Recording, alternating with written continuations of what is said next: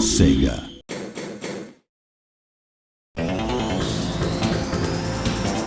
Released in 1987, Afterburner 2 is essentially an arcade game riffing heavily off the 1986 movie Top Gun. You fly the same F-14 Tomcat jet as used in that movie, and basically thrash through 22 stages, shooting guns and rockets at hundreds of enemy aircraft. It's a very visual experience with tons of scaled sprites racing past every second, plus it has some kick-ass music. I once completed the arcade game in a nightclub at university.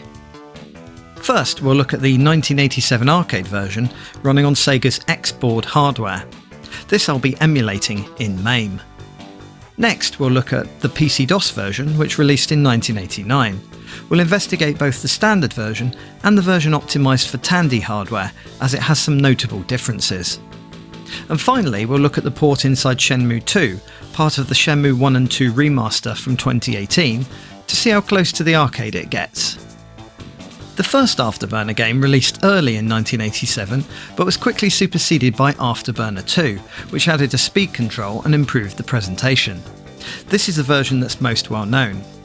Here you can see the three variants of arcade cabinet it was released in: the simple stand-up unit on the left, the famous Taycan body experience sit-down unit in the middle, which moved the seats side to side and tilted up and down, and the commander unit on the right, which is much less common. The game's intro sequence consists of a how to play the game demo with a hand holding the joystick overlaid. This is followed by a high score table and some cutscenes,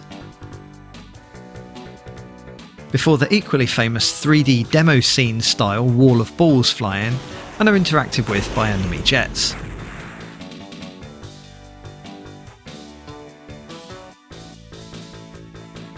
You're then treated to a different demo sequence, some images that look like they were ripped out of Top Gun, and another display of animated balls. Another demo follows, then more cutscenes, and more balls. After a fourth demo, and cutscenes, we get the final, and maybe most over-the-top, balls animation. Upon starting the game, your jet launches from an aircraft carrier, then you're straight into the action, shooting guns and missiles at everything thrown your way. In the bottom left you can see your speed readout, which you can adjust with a throttle control. The joystick in the arcade featured force feedback and shook as action took place in-game. After every 2 stages, and a few explosions, you restock your missiles, initially by a mid-air refuel. I'm not sure how that works in practice. Later in the game, you land to replenish your missiles instead, then race a motorbike down the runway. People say this is a nod to Hang On, but it's also a nod to Top Gun.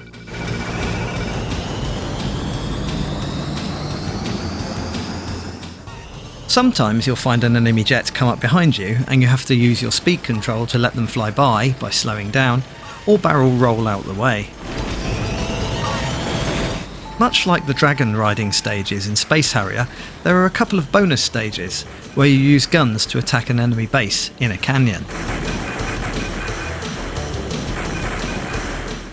Later, you'll land again, and this time race the Ferrari Testarossa from Outrun.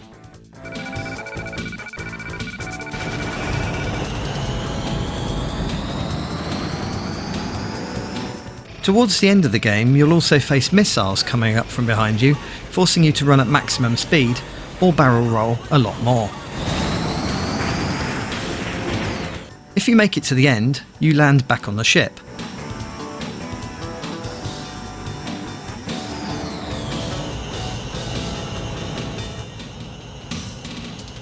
And are rewarded with more images that look suspiciously like they were captured from Top Gun.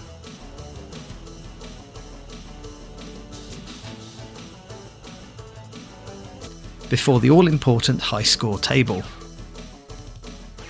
Now, watch a minute of the arcade version and enjoy the music.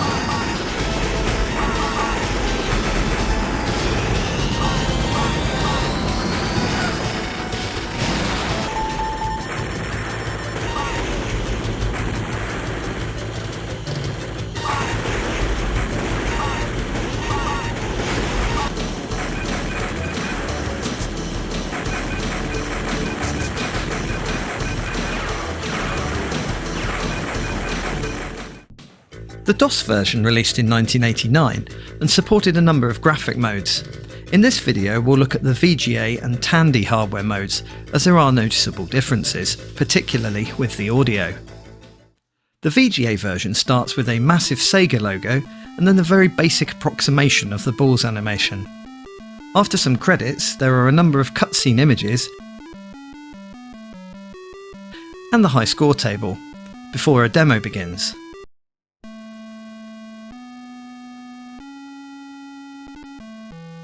The demo includes the ground attack stage, which is quite different on the DOS port, with you shooting turrets on rock towers.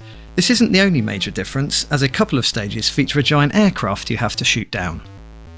The game begins with you launching from the boat, but there's less fancy scaling here as your plane flies off screen instead.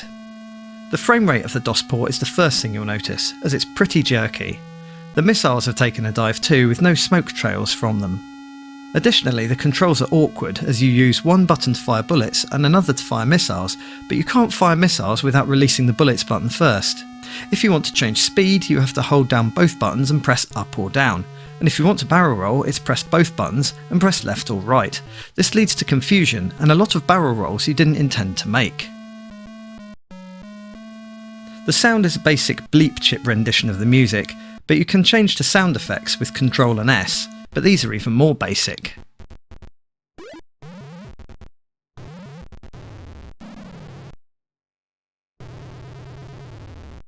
Like the arcade, you replenish your missiles from mid-air refuelling and later on landing. However, this game is particularly hard, so I don't get past stage 3. Sorry. Now, let's look at the Tandy version. Graphically, it's close to the VGA version, but colours are reduced to 16 shades, making them brighter than the VGA version. But most interesting is the audio, which features much nicer recreations of the arcade soundtrack. Again, you can switch to sound effects with Ctrl and S, and on Tandy these sound much better.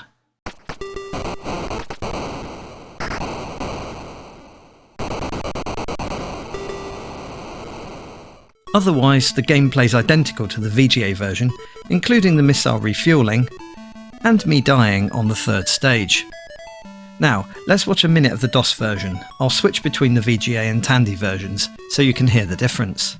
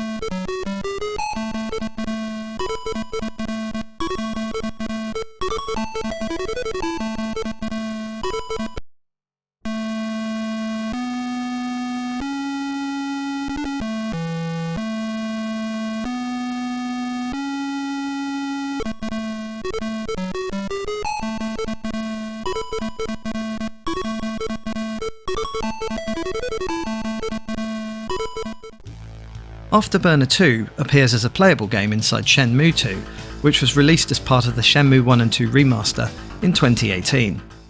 When you get into the Phoenix Head building in order to take part in an underground fighting tournament, you'll find the sit-down cabinet in this dramatically lit room. I'm not sure why it's here, but it is.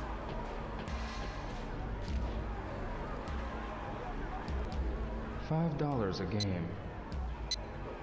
When you start the game, you can choose how many credits to use, I'll play it once.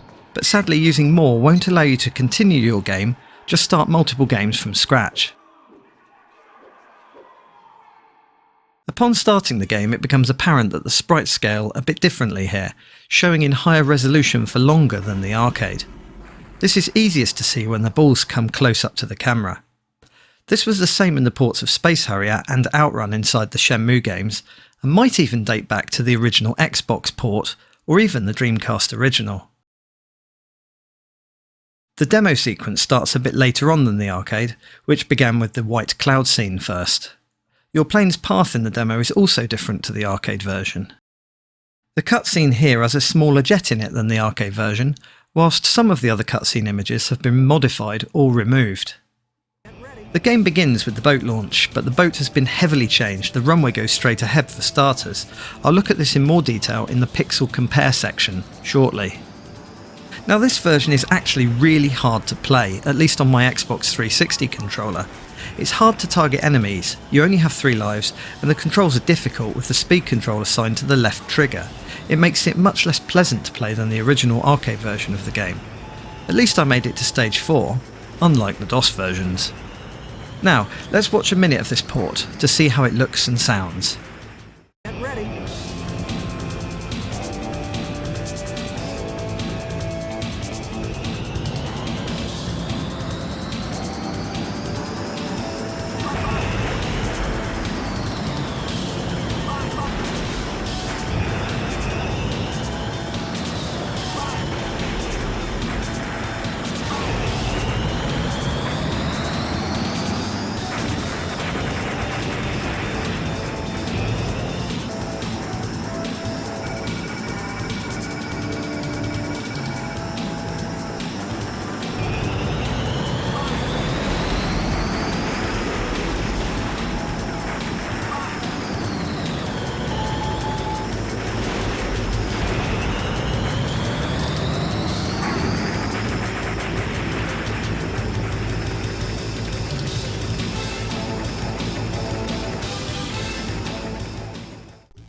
Let's compare all 4 versions of the game at the pixel level.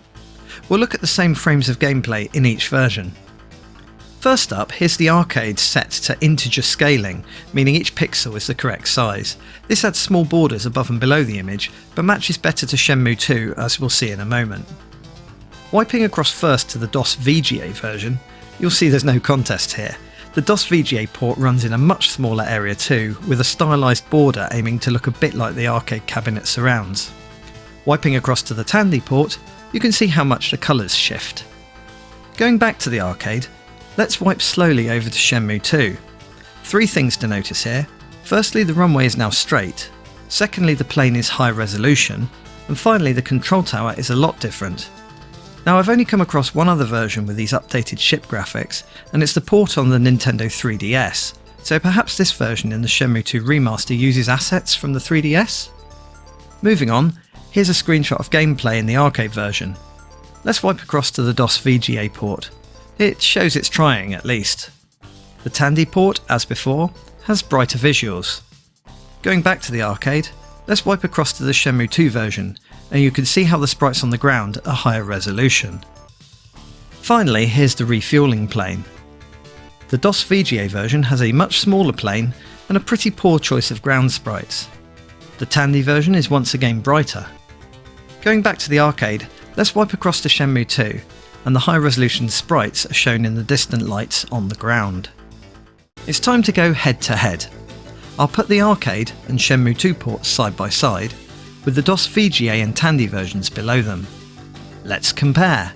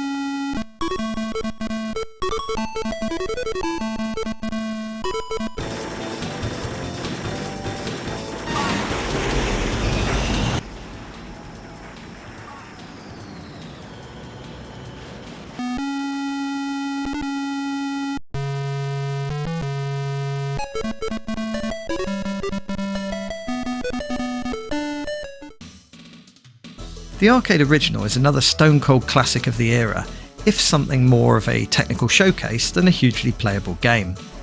The DOS VGA port tries to replicate the arcade but falls pretty far short, and is very hard to play. The Tandy version features much better sound, but otherwise is too cheerfully bright and no easier than the VGA version.